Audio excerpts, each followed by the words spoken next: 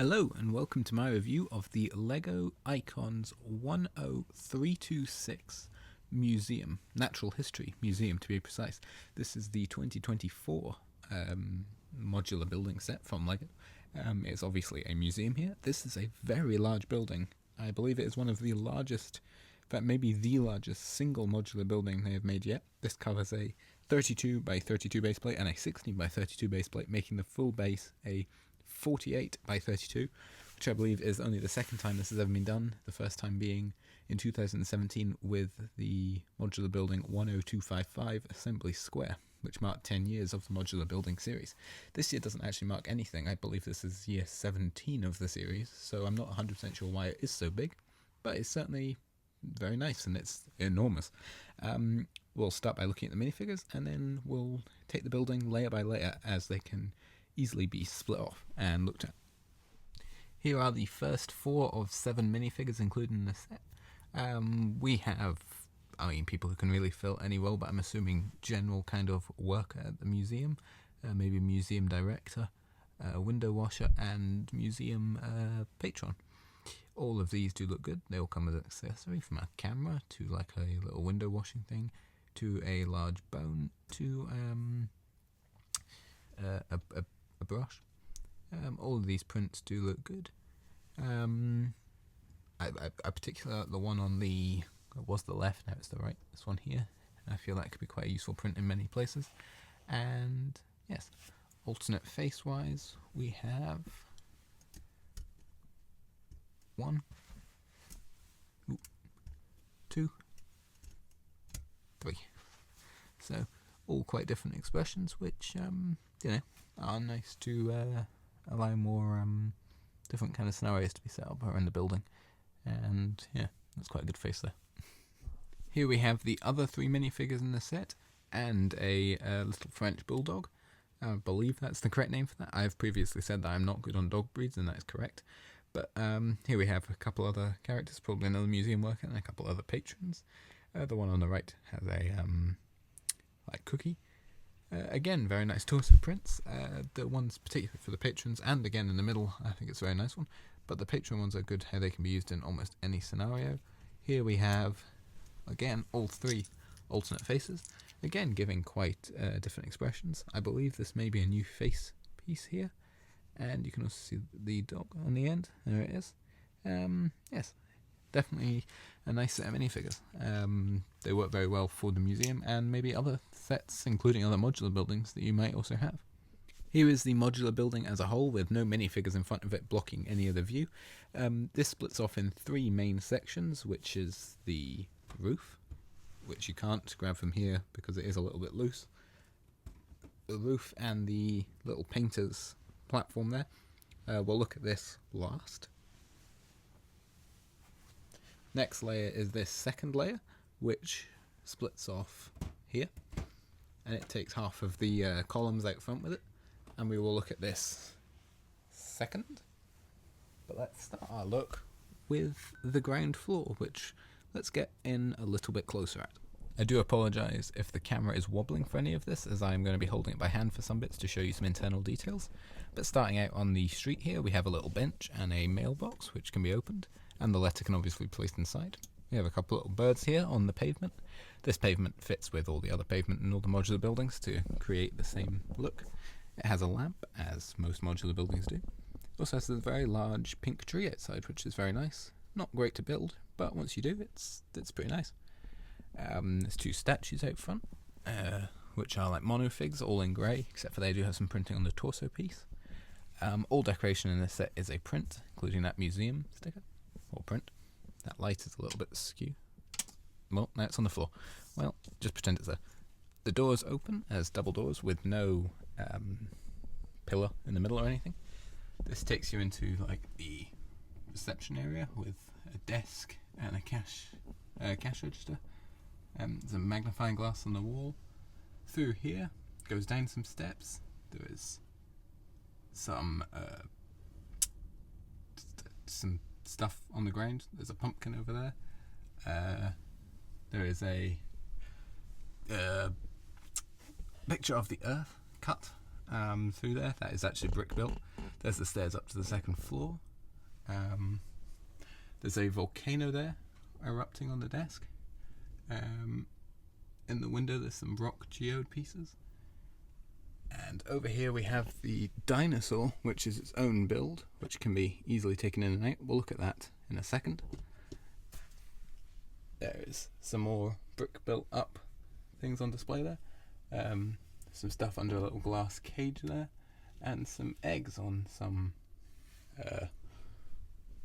like nest material. There's another door here which opens and takes us to a little supply closet, which has a couple bones in it, a clock, and a little cleaning cart. This then has a door that leads out to the back, and through that door there is a little bin there which has just a couple little things in it. I believe there's also supposed to be a large bone that must have fallen out, a big long bone piece. And then there is a downpipe here which is leaking water onto the ground, which is quite cool, and that downpipe continues up all layers. So that is the rough downstairs to the ground floor. It's got the pins to connect to any other modular building in the series. Yes, this does look very good. It's quite hard to show you the details well. It's definitely a set where building it shows you a lot of the details, as many of them are quite hidden. Like, there's some stuff down there which you can only really see through the front door. But let's have a look at the dinosaur, which was pulled out of the museum. Here is the dinosaur sub-assembly, which can be quite easily pulled out of the museum, as you saw. This is, I believe, in fact, you know what, I'm not even going to say what I believe. It's a dinosaur. I'm not very good on types of dinosaurs, so you can find out yourself. It has a long neck, obviously, which is held up by this frame to give it a bit more support. It has a tail. Its feet don't actually hold it up, they're just there as posing. It's held up by two black poles there. Yeah, it looks very good. It's pretty sturdy, which is impressive considering during building it's not very sturdy. Not the best thing to build, I will say that, but once you get it built, it does look quite good. You can angle the head up and down, and you can change the angle of the neck a little bit, but you're kind of limited by the height of the pole that holds it up. You don't have to have the pole, but it does give it a bit more strength. And you can change the angle of the tail and obviously move the feet all around. So yeah, that's pretty much it. Let's go on to the second floor, just a little base. This is the second floor of the museum. As you can see, it looks very much like the first floor in design. The columns from the bottom floor continue up. It has these two large posters on the outside, the Explore the Future and Go Back in Time posters, which are like advertisements for things inside the museum. They do cover up windows, so you can take them off if you would rather have the windows showing. But let's pick the camera up and go inside. In the middle here we have a model of the solar system with all the planets there. It's a pretty good looking model. It doesn't spin or anything, but it does look pretty good. There is a rocket over there, kind of mimicking some old Lego space set, and over here we have more old Lego sets being shown along with some hats, kind of relating to each set. We have a pirate set, a treehouse I believe, and a castle. There's an anchor on the wall there. These are the steps up to the roof. We have a telescope on the wall, a couple other things on display. Over here we have, it's quite hard to see from this angle, but it's like actually let's just rotate the building. You can see there's like an observation place, or actually now I'm starting to wonder if it's like a small set, like simulating being on the moon. Not actually 100% sure about that one. It's what you want it to be. Yeah, more stuff as I showed on the wall. These 2 points here are, this one is for the dinosaur's head to stick through, and this one is around the stairs. There's a drain pipe from the bottom floor that continues up. This is definitely one of the better looking modular buildings on the outside. There is no weird coloured blocks or anything, which is nice. That does make it very displayable from any side. Yeah, that's pretty much the upper floor finished. So yeah, next is the roof. Here is the roof. As you can see, it's got some nice fancy decoration along the side, which does make it look really good. My camera did go out of focus there, but it's determined to not let you see the fancy decoration. But it does look very good. There's a painter's rig over here, which then falls down by the window. It's actually not being used for painting in this instance. It's actually a window washing rig, but you could quite easily repurpose it for painting purposes. I do like these windows. They are put in on the side. They are built on their side and then put in. There's little micro figures in there. I do think the roof looks very good. It keeps with the rest of the building. Around the back, that's where the stairs come up. There we go, through that door, and that's where the drain pipe is, the top of it. Through this door is like a little office. This could be for like the museum manager or someone. See if I can just zoom you in there so that you can see the there's a typewriter, a map, some foliage, and just a whole bunch of other stuff, some trophies and books.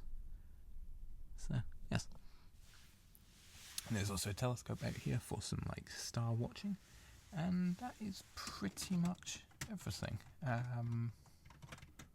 Just put that back on, and yeah, that is pretty much the whole roof. It does look really good. That's obviously its main purpose, is to complete the look for the building, and I think it certainly does that well. So yes, that is nice, and I do like the decoration all along the top. It really does add something, especially over like a flat roof or something. This is far more interesting. Now, if you're a long-time viewer of the channel, or even just watched a couple of videos, well, you might know that I have problems sometimes fitting boxes in my filming area, and this is no exception. This is definitely one of the largest Lego boxes I have ever had here. It's also one of the largest sets I've ever reviewed, I think at 4,014 pieces. But you may have noticed an omission of a certain thing. The spare parts from this set, I cannot find them. I usually put them in a small bag and keep them with the set until I review it. However, the bag has gone missing. So there was a fair amount of spare parts. If I find the bag, I may upload a YouTube short and link it in the description below. But yes, so we're just going to have to move on to the conclusion, which I do feel this is a very strong modular building. I genuinely haven't found one I don't like. I have a couple more to review shortly. But yeah, this one seems very good. It's large, it's big, but I think it's very good. So yeah, I don't really have many more to say. It's about as good as all of them, which is very. So yes, thank you very much for watching, and I will talk to you again very soon. Bye for now.